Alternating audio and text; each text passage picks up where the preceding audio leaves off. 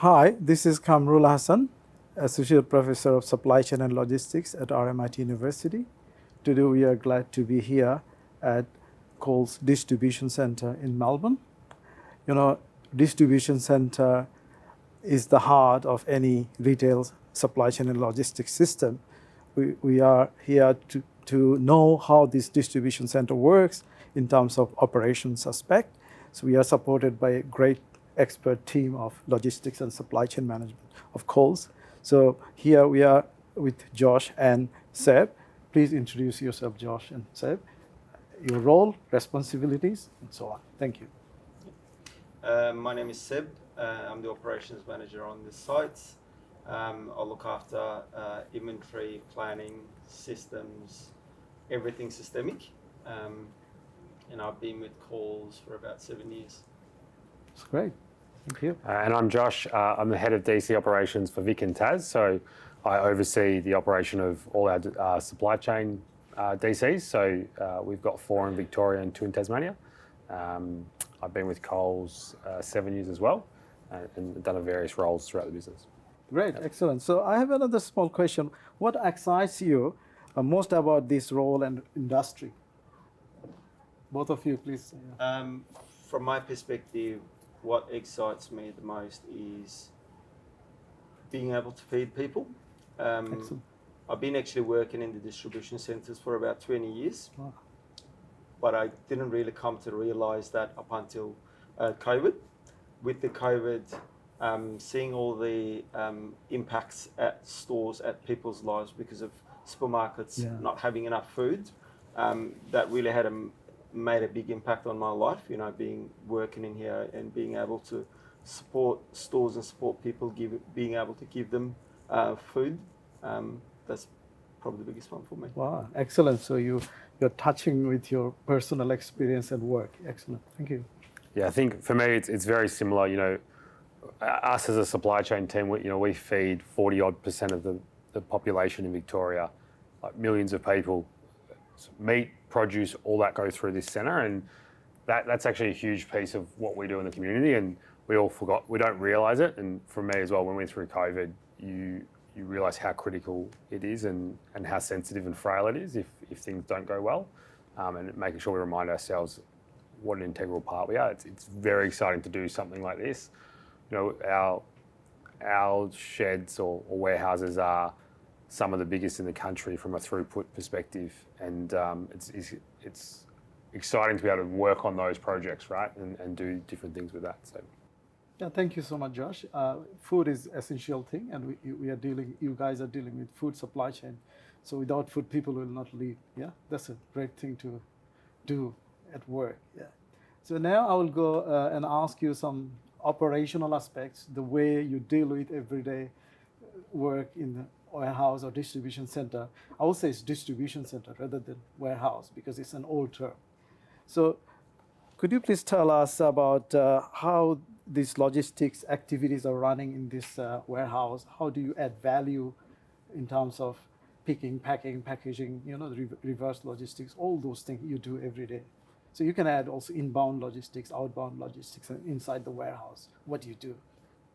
Yeah. So. Anyone? Yeah. So basically what we do is when you go to, if I want to explain it basically, when you go to a store and buy something, store system automatically orders that from us, and we get deliveries from the suppliers of everything that we hold on this site. We roughly range about 2,000 lines on this site. As Josh mentioned before, produce, meat, deli, milk, eggs.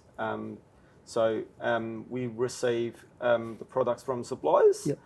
We normally hold up to 1 week cover because we are fresh.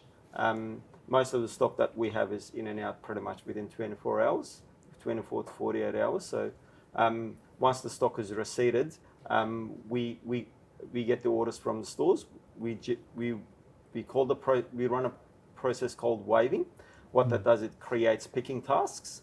And we start picking stored orders based on the store delivery times. Every store has a delivery time. Yep. And we work backwards from that store delivery window, and we decide what each store when we start picking. Yeah. And then while we're picking, as the stock levels gets lower in the pick locations, everything is system driven. System automatically replenishes the pick locations with the stock from the reserves. Yep.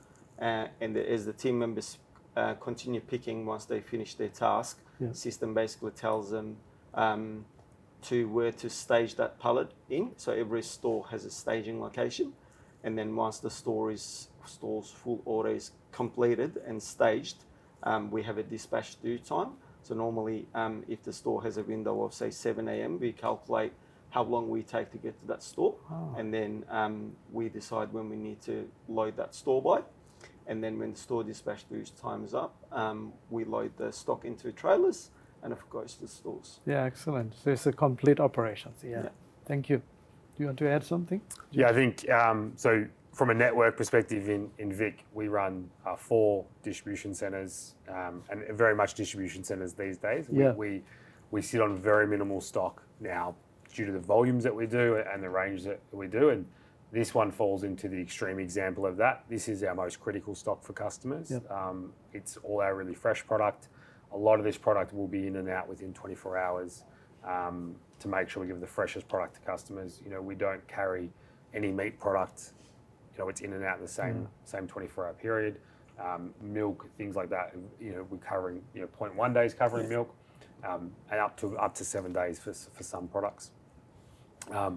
And so therefore, this DC has to go to every store 7 days a week for all those products to make sure we're giving like the freshest product to customers.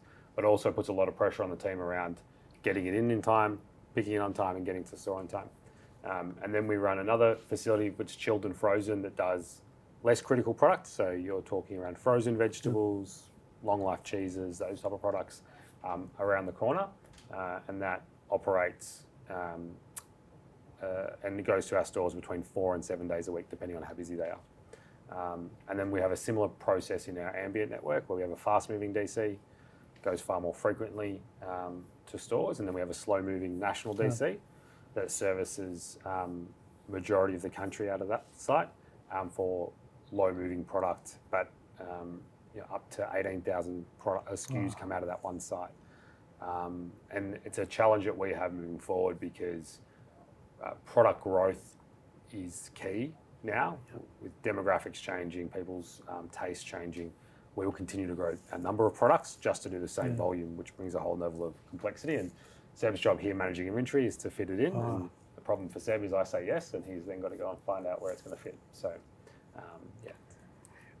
It's interesting because the fresh produce supply chain is all about lean, and the way you manage the lean supply chain, that's really fascinating. Yeah, I have some more question about how does everyday decision making things, how do these things are happening in the supply chain and your office, like routine decisions, like daily or weekly decisions. How do you take these decisions? What are the decisions you take every day, every week? So we plan our labour. That's probably one of the key decisions that we make every day. So first thing in the morning, we have an operations meeting. In that meeting, we review the day in terms of what the volume is for the day, what we forecasted volume to be, and if there's a volume increase and volume reduction, then we make a decision in terms of increasing the labour or reducing the labour. We'll look at our absence, we'll look at volume in our inbound areas, outbound areas, in inventory areas, pick areas. So we go through every area and we review that at the start of the shift just to make sure if there's any significant changes for the day, we can react early enough to minimise the impact at stores. It's quite agile. Yep. Thank you. Yeah, and in this side, it's extremely important because we operate on very short lead times. So a lot of the orders that come through here at day one for day one was what we call them. So we receive the order this morning and it needs to be loaded onto a truck as early as 10 o'clock, right? And therefore, we must have enough labour, but it's no secret that we're the largest cost centre in the business. So we've also got to control costs. So it's a balance of having enough labour without being wasteful with our resources, but a very time critical constantly, and the volume today for tomorrow might be showing 70,000 cartons for produce, and they walk into 50 or they walk into 90 because of what's happened out in the stores with supply. It dynamically moves very quickly, whereas our ambient sheds have a little bit more time to make adjustments. So It's a challenging job, I think. But how do you manage disruptions in the supply chain or within the DC? We pretty much have a BCP plan for everything that happens. This DC, pretty much all the DCs run on WMS systems. Even when our systems go down, we have contingency plans in place to keep the DC running.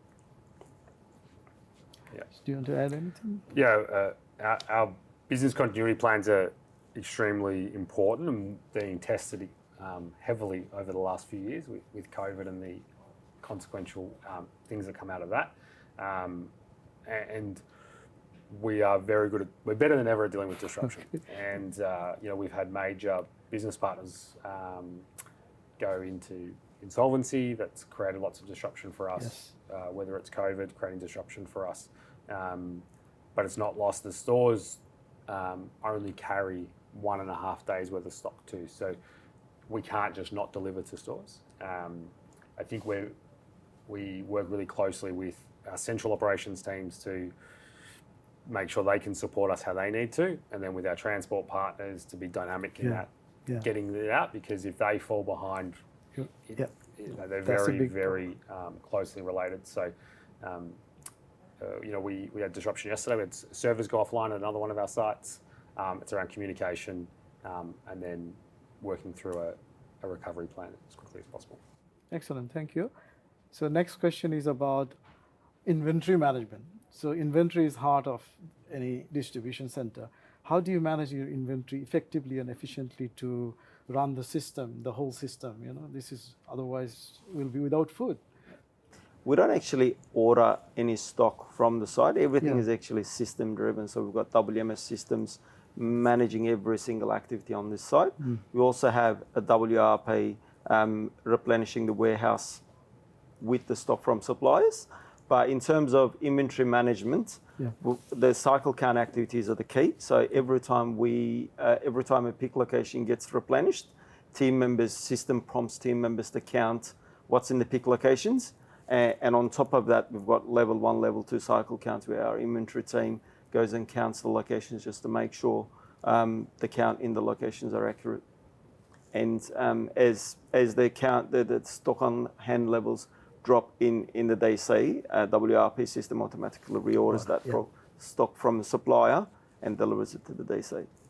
Do you have any back order issues quite often? Back order, suddenly stock out, you haven't predicted it, and then you have to order to your local supplier. It's all systematically driven. So yes, that happens. Absolutely, we'll have volume that stores need. They don't have, that we don't have. The supplier may not have produced yet. That's a constant challenge, and in the last few years become more challenging because we've got lower stock holdings in some of our suppliers. But the short answer is it happens, but systematically we'll continue to just reorder it. And we have a lot of upstream support within the business unit. So the meat team will be constantly working with cattle producers and meat production facilities. The produce team will be working with growers. And then the challenging part is figuring out where the customer will buy instead, right? Because we go, right, we've got a shortage of iceberg lettuce. That's okay. We can't really do much about that, but how much extra of the other lettuces do we need to go and order? And that's done upstream, but for us to then go and say, Seb's team's job is to make sure that the DC is laid out for what's going to sell, to pick most efficiently. All of a sudden we start selling a whole lot more of it, 3 other lettuces and working through that. So understanding human behaviours. Yeah, that's It's interesting. a good industry to be in, I reckon. Yeah. So distribution center is in the middle of whole supply chain. So you need to maintain a good relationship with all the suppliers and also retails and all the third-party logistics providers. So how do you manage this relationship within this, the stakeholder group? So you guys are here in the center of the whole supply chain. So how do you manage these things? I think open communication is really important.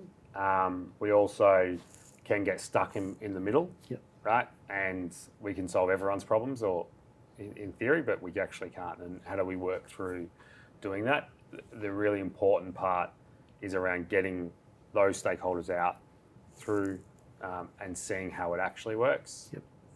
And what's driving the outcome is a really important part. So the team here do an excellent job. You know, Seb said he's had a lot of visitors today, but we've had a new supplier potentially coming through.